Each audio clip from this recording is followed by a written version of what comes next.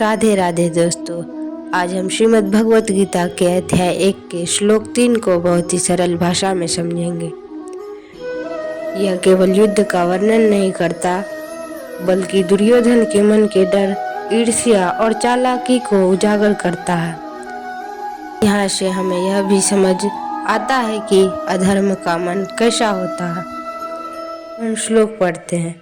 पश्येताम पाण्डुपुत्राणाम आचार्य महतीम चमूम योधाम द्रुपद पुत्रेण तव शिष्येन धीमता। इसका सरल अर्थ दुर्योधन द्रोणाचार्य से कहता है, हे आचार्य, आपके बुद्धिमान शिष्य धृष्टद्युम्न द्वारा पांडवों की यह विशाल और सुसज्जित सेना खड़ी की गई है, इसे देखिए। अब प्रश्न यह है कि दुर्योधन यह बात क्यों कह रहा है। अब यहाँ सबसे महत्वपूर्ण बात समझिए।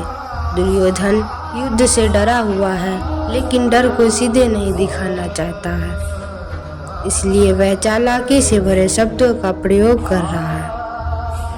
अब हम दुर्योधन की चालाकी समझते हैं। दुर्योधन द्रोणाचार्य से कहता है, विपक्ष में खड़े आपके शिष्य धृष्टद्युम्न ने सेना बनाई है।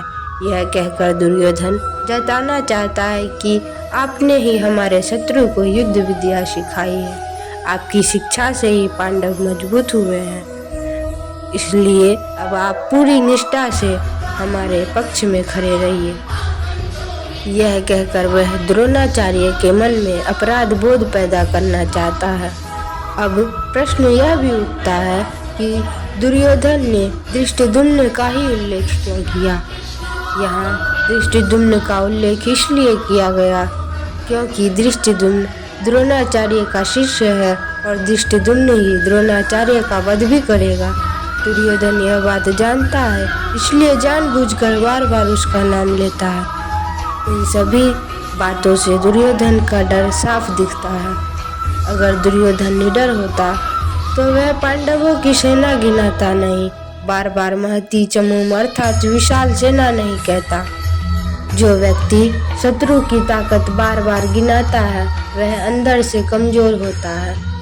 यहाँ गीता हमें सिखाती है कि धर्मी व्यक्ति शांत रहता है एवं अधर्मी व्यक्ति भयभीत रहता है। पांडव शांत है और दुर्योधन बेचैन है। इस श्लोक से हमें यह भी सीख मिलती है कि जब हम गलत रास्ते पर होते हैं तो हमें हर ओर खतरा दिखाई देता है, और जब हम सही रास्ते पर होते हैं तो कठिनाई में भी मन स्थिर रहता है।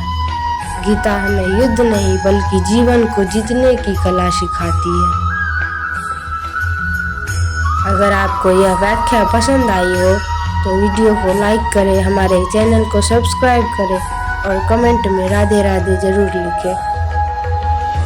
अगले वीडियो में हम पहले अध्याय के 4थे श्लोक की व्याख्या करेंगे। राधे राधे।